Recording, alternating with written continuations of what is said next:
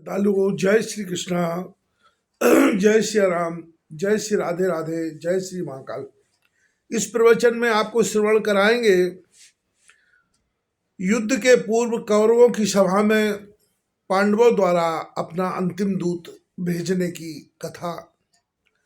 पुरोहित जी सुंदर रथ पर चढ़कर हस्तिनापुर पहुंचे। राजद्वार पर पहरेदारों से उन्होंने कहा कि महाराज धृतराष्ट्र को सूचित कर दो कि धर्मराज का भेजा हुआ दूत उनका कुछ संदेश लेकर आपकी सेवा में उपस्थित हुआ है। पहरेदार ने बुद्धि चक्षु को सूचना दी। उन्होंने सम्मान पूर्वक दूत को राज्यसभा में आने की आज्ञा दी। भीष्म, द्रोण, कर्ण, अश्वत्थामा, शकुनी, शल्य, भूरिश्रवा, जयद्रथ आदि बड़े बड़े सम्राट और धनुर्धरों से खचाखच भरी हुई विशाल राजसभा में युधिष्ठिर के दूत ने प्रवेश किया। महाराज कौरवनाथ ने उनको सम्मान पूर्वक अभिवादन करके अपने पास बिठाया। इसके बाद सभी सभासदों ने उनका अभिवादन किया और उस पुरोहित ने सभी को आशीर्वाद दिया। इसके बाद दूत ने कहा कि हे कौरवनाथ, मैं धर्मराज का संदेश लाया हूँ, उसे आप सावधान होकर सुनिए। महाराज धर्मराज ने पहले तो आपको नम्रता पूर्वक प्रणाम कहा है। इसके बाद हाथ जोड़कर प्रार्थना की है कि महाराज, हम 13 वर्ष घोर वनवास का कष्ट सहकर आपकी कृपा से वापस आ गए हैं। अब आप हमारा राज्य वापस दिला दीजिए। दुर्योधन ने हमारे साथ बहुत ही अन्याय किया है। अब आप ऐसा करिए जिससे बिना कुल कलह के हमारा अधिकार हमें मिल जाए। एक संदेश अर्जुन ने भी चलते समय कहा है कि हे पितातुल्य महाराज, अब आपके इस कुल कलह को मेट सकना आपके ही हाथ में है। आप हम बच्चों के ऊपर कृपा करके अन्याय से लिए हुए अपने पुत्रों से हमारा राज्य वापस दिला दीजिएगा। इसके बाद दूत ने कहा कि एक संदेश भीम ने भी भेजा है, यदि आपकी आज्ञा हो तो उसे भी सुना दूं। किसी भी बात को छिपा रखना दूत के लिए महापाप है। संदेश में यदि कटुता हो तो दोष दूत पर नहीं होता। इसलिए मैं भीम के संदेश को सुनाना चाहता हूँ। भीम ने कहा है कि हे कुरुनाथ, हमने आपका कोई भी अनर्थ नहीं किया है। आपके पुत्र दुर्योधन ने हमारे साथ कई बार घोर अन्याय किया है। उसने छल से हमारा राज्य ले लिया और हमें 13 वर्ष तक वन में रहना पड़ा। अब आप उसी अधर्मी दुर्योधन को समझा दें। वह अच्छी तरह मालूम है कि जब मैं गदा लेकर आपके 100 पुत्रों को नष्ट करके खून की नदियां बहा दूंगा, जिससे कर्ण आदि की लाशें बहती फिरेंगी, तथा जब आपके पुत्र वधुएं विधवा वेश में चिल्लाती फिरेंगी, तब मुझे अपना आधा राज्य मिलेगा और तभी आपके हृदय की आंखें खुलेंगी। सहदेव और नकुल ने आपको प्रणाम करके कहा है कि हमारे पिता पांडु हमें बहुत छोटी अवस्था में आपकी गोद में छोड़कर मर गए थे। हम सब आपको ही अपना पिता समझते रहे हैं। क्या कारण है कि आपने हम बच्चों पर से कृपा दृष्टि फेर ली है? हम बहुत दुखी हैं, आपकी दया की भिक्षा मांगते हैं। क्या हे पिताजी, हम आपके पुत्र नहीं हैं? आपने दुर्योधन से हमें क्यों कम समझ लिया है? इसके बाद श्री कृष्ण जी ने कहा कि मेरी तरफ से प्रणाम करके कह देना कि मैंने कई बार दुर्योधन को न्याय पथ पर चलने के लिए कहा, परंतु उसने एक न मानी।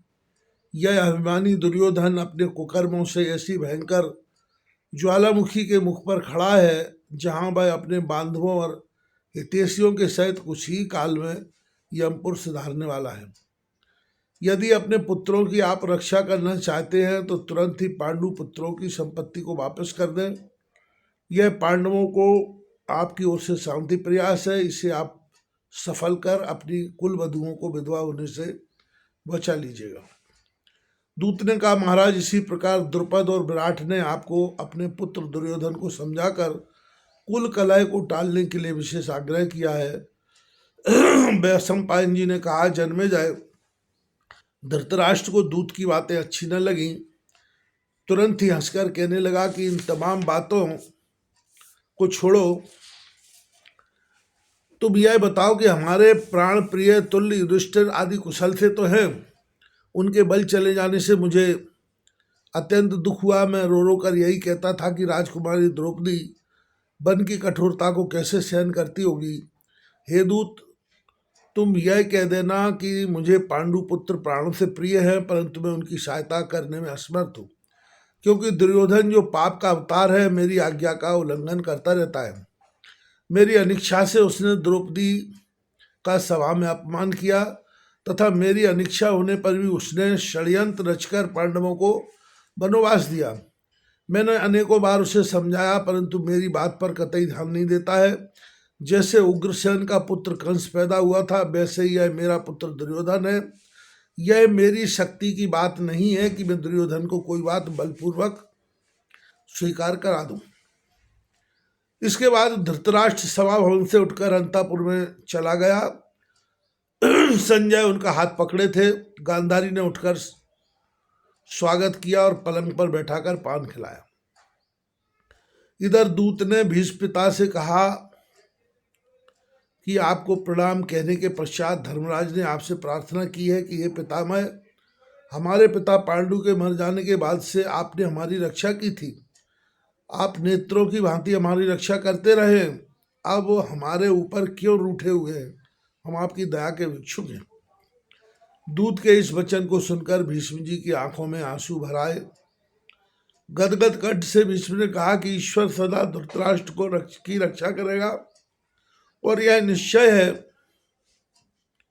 कि अब बहुत शीघ्र धर्मराज को राज्य प्राप्त होगा, क्योंकि दुर्योधन की अनीति की पराकाष्ठा हो चुकी है। दुर्योधन जैसा अभिमानी राजा कोई भी नहीं, और विशंभर भगवान अभिमानी को संसार में रहने नहीं देते। यूं कहकर पितामह ने दुर्योधन से कहा कि दुर्योधन, हमारी बात मानकर तुम्हें पांडवों को आधा राज्य देकर संधि कर लेनी चाहिए, नहीं तो भविष्य में भयंकर अनिष्ट होगा। भीष्म के ये वचन दुर्योधन को बाणों के समान लगे। वह कहने लगा कि आपके मुख से ऐसे हीन वचन शोभा नहीं देते हैं, और यह सच है कि ऐसे वचन यदि कोई और कहता तो वह क्षण भर में यमलोक पहुंचा दिया गया होता। अभिमानी के अशिष्ट वाक्यों को सुनकर भीष्म अपने स्थान से उठकर चले गए। उसके बाद दूत ने द्रोणाचार्य से कहा कि हे गुरुदेव, आपको धर्मसूत ने साष्टांग प्रणाम कहा है और अति नम्र भाव से निवेदन किया है कि विश्व में ऐसी कोई भी शक्ति नहीं है जो वय बल, बुद्धि बल, अस्त्र बल, विद्या बल, धर्म, कर्म और ब्रह्म बल सभी है आप साप देकर क्षण भर में ही बड़ी शक्ति को ध्वस्त कर सकते हैं, और आप चाहें तो एक बाण से त्रिलोक को भी उलट सकते हैं। हम शिष्यों के ऊपर दया करके आप ही दुर्योधन को समझाकर हमारा अंश हमें दिला दो। धर्मराज का संदेश सुनकर द्रोणाचार्य को अपार हार्दिक दुख हुआ और बोले, यह सत्य है कि पूजा करने योग्य धर्मराज को दुर्योधन ने अन्यायपूर्वक बड़े ही कष्ट दिए हैं। जब मुझे उन सुकुमारों के वनवास का ध्यान आता है, तब हृदय कांपने लगता है कि उन्होंने वन के घोर कष्ट कैसे सहे होंगे। फिर द्रोण ने कहा कि यह मत समझो कि मैंने दुर्योधन को नहीं समझाया, मेरे सभी शांति प्रयास विफल हो चुके हैं। इसके बाद द्रोणाचार्य उस दूत को हाथ पकड़कर अपने घर ले गए। वहां अश्वत्थामा ने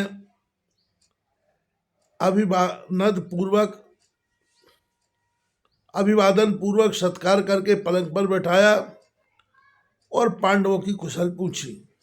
दूत ने विस्तार पूर्वक कह सुनाई। उसके बाद भोजन कराया और सुगंधित पान खिलाकर सभी अपने शयनागार में चले गए। इधर धृतराष्ट्र ने गांधारी को समाचार कह सुनाया कि तुम अपने पुत्र दुर्योधन को समझा दो, नहीं तो घोर अनिष्ट होने का भय है। क्योंकि जिन्होंने नरसिंह अवतार धारण करके हिरण्यकश्यपु जैसे भयंकर दैत्य को मारकर प्रहलाद की रक्षा की थी, तथा जिन्होंने गजेंद्र की रक्षा की थी, राम अवतार धारण कर जिन्होंने रावण, कुंभकर्ण आदि अनेकों राक्षसों को मारकर पृथ्वी के भीषण भार को उतारा था, उन्होंने ही कृष्ण अवतार धारण करके पूतना, शक्टासुर, व्योमासुर, अगासुर, केशी, कंस आदि अनेकों दुष्टों को मार दिया है। वे ही श्री कृष्ण पांडवों का साथ दे रहे हैं। यदि युद्ध हुआ तो दुर्योधन का नाश अवश्य होगा। इसलिए समय रहते पांडवों का अंश वापस हो जाना चाहिए। पति के इस संदेश को सुनकर गांधारी कांपने लगी। उसने तुरंत ही दुर्योधन को बुलाया। गांधारी ने अनेकों प्रकार से दुर्योधन को समझाते हुए कहा कि हे बेटा, तुम धर्मराज का आधा राज्य वापस कर दो, क्योंकि उनकी सहायता विश्वम्भर भगवान श्री कृष्ण कर रहे हैं। माता के वचन सुनकर दुर्योधन ने कहा, माताजी, तुम्हें इस प्रपंच में न पड़ना चाहिए। यदि युद्ध हुआ तो पांडवों के पास ऐसी कोई शक्ति नहीं है जो कि परशुराम को परास्त करने वाले भीष्म के बाणों को सहन कर सके। द्रोणाचार्य की क्रोधाग्नि से सभी पांडव सेना भस्म हो जाएगी। आप विश्वास रखो कि कर्ण के विलक्षण युद्ध के सामने विश्व की कोई भी शक्ति नहीं टिक सकती है। मेरा यह प्रण है कि अपने जीवित रहते मैं पांडवों को तिल भर भी भूमि नहीं दे सकता हूँ।